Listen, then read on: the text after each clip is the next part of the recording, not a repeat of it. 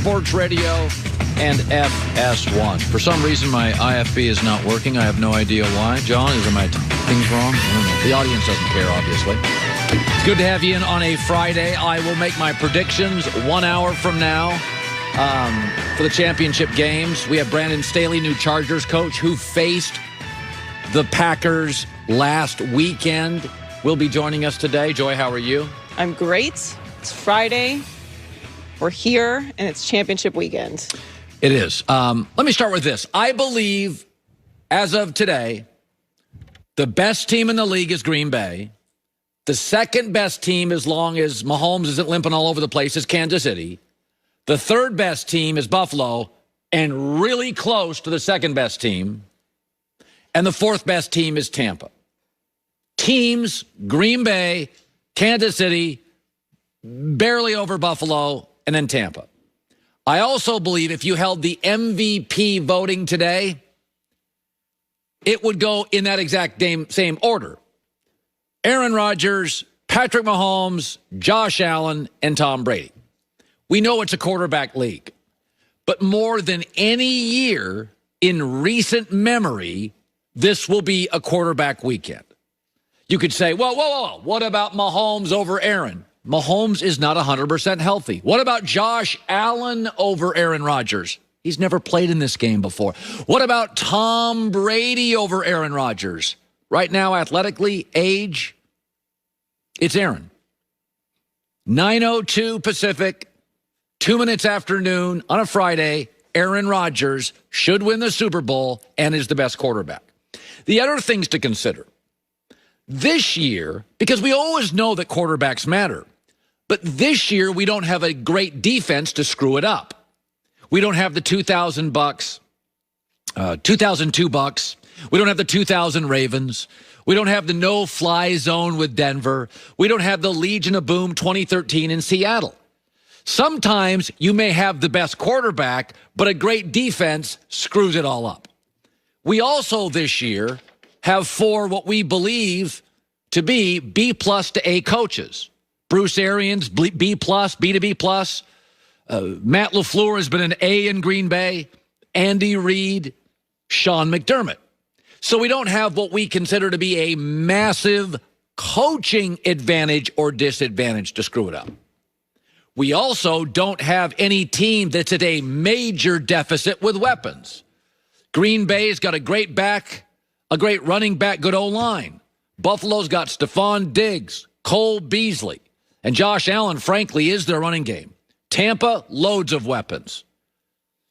Look around. Nobody's got a weapons advantage.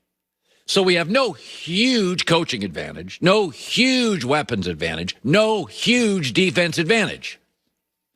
And this morning, in order of quarterbacks, is to me in order of teams. So I think Green Bay should win it all. I think Green Bay is the best team in the league. When you take out a defense to screw it up, a coach to screw it up, or an asset, weapon disadvantage, or advantage to screw it up. And by the way, there have been 10 playoff games this year. The best quarterback has won 9 of them. The only exception was that team up in Seattle, which we all kind of feel like the coach, we're not sure if he gets along with the quarterback. The Seahawks, Russell Wilson struggled second half of the year, reportedly interviewing Adam Gase. Not even sure why they do it. And if they did, why would you make it public? But I think we have a clear 4 best teams in order: Green Bay, Kansas City, Buffalo, Tampa, and that's this year, the quarterbacks as well. Let me go to this. So we know in the NFL, every year we got 7 new coaches, right? Some years 8, some years 6, but it's about 7's your average. Yesterday, Philadelphia hired Nick Sirianni, who was not even the top coaching candidate on the Colts staff. This year was the year, in my opinion, of very interesting candidates and some really regrettable hires. Philadelphia hired a young man I believe they think they can control. Detroit hired a guy who I think sounds like a pro wrestler.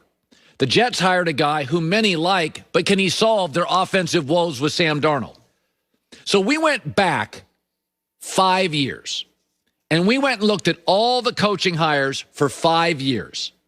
How many end up being A's? So we went back to 2016. Doug Peterson, of the 6 hired, counts as the strongest. I know he was just fired, but Philadelphia won a Super Bowl. They beat Belichick. That's unfair to say he was a failure. 1 for 6 worked. The following year in 2017, 7 coaches were hired, and it was a rare year where 3 were excellent. Sean McDermott of Buffalo, Sean McVay of the Rams, and Kyle Shanahan of the 49ers. 2018, 8 new coaches, and only 2 are home runs. Frank Reich, Colts, Mike Vrabel, Titans. The following year, 8 coaches again. A quarter, Joy's shaking her head, a quarter of the league flushed out.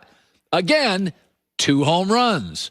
Brian Flores of the Dolphins, haven't made the playoffs, but really doing a good job. Matt LaFleur of Green Bay. Now, Bruce Arians could make it 3, but his first year was a losing season, and I ain't sure he's doing the work here. It's Brady.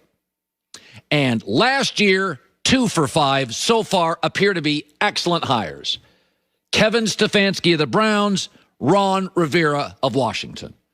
I think both had a ton to overcome, and one of the signs of a great coach is ability quickly to overcome chaos, bad quarterback play. Now, I do think Joe Judge has a chance in New York, but I can't say A. So this year, we have 7 openings and 6 have been hired. And I'm going to tell you who I think the 2, because that's the average, you just heard me, will be the hits. Brandon Staley of the Chargers. Why? It's a great roster, a sharp general manager, and Justin Herbert. This would be hard to screw up. He'd have to really not know what he's doing to screw it up. This is made to win. Anthony Lynn got fired, and he won a playoff game a couple of years ago. The second one, and I know you'll bristle, especially the media, Urban Meyer. He's a proven culture changer. He gets a great quarterback, a ton of cap space in a goofy division. And like Pete Carroll when he came out of USC, Urban Meyer will, for the next 3 and 4 years, be drafting players he had on his roster, he recruited, and he faced. I believe that is a massive advantage.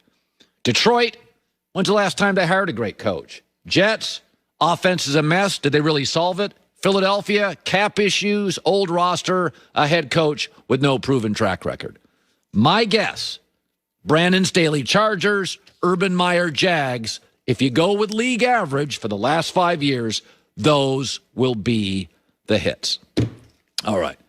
So it's good to have you in on a Friday. 1 hour from now, I will make my NFL picks. They are, I will tell you, the wise guys, that's what they call them, the sharps. I would not be a sharp. I would be a square. I'm just a guy talking, right? But the wise guys and the sharps like Buffalo. I'll tell you that. We'll discuss why they like Buffalo. If you're a Chiefs fan this morning, there is one thing that has got to scare you to death, and it's not Patrick Mahomes' health. It's not. As we often make picks throughout the course of the year, we look at trends. Joy and I have talked about this. People we have on talk about this. Aaron Rodgers this week talked about this. You're not the same team week 4 and week 12 to second round of the playoffs. You're not. Players get hurt. Young players get better. Old players get hurt. You're not the same team. There is a troubling number for the Kansas City Chiefs, and it coincides with a Buffalo Bills strength in the last 3 months. You should be terrified if you're a Chiefs fan. That's coming up. Ever wonder just how far an extra mile really goes? Well, in Mercedes-Benz vans, buy one and find out. They've got more than one option. They have the Mercedes-Benz Sprinter van, the Mercedes-Benz Metris van. Depends on your work and play lifestyle. Right now, you could win one. How? Go to foxsportsradio.com. Until January 24th, that's the date you have to file to enter. You can win your very own upfitted Mercedes-Benz Sprinter van. 6 swivel chairs, 6 TVs, including one outside the van, 2 wood pellet grills, an awning if you're tailgating and it's a little warm or a little wet. Go to foxsportsradio.com and enter the Fox Sports Radio Ultimate Tailgate Rig Sweepstakes. Mercedes-Benz vans, some equipment described is optional.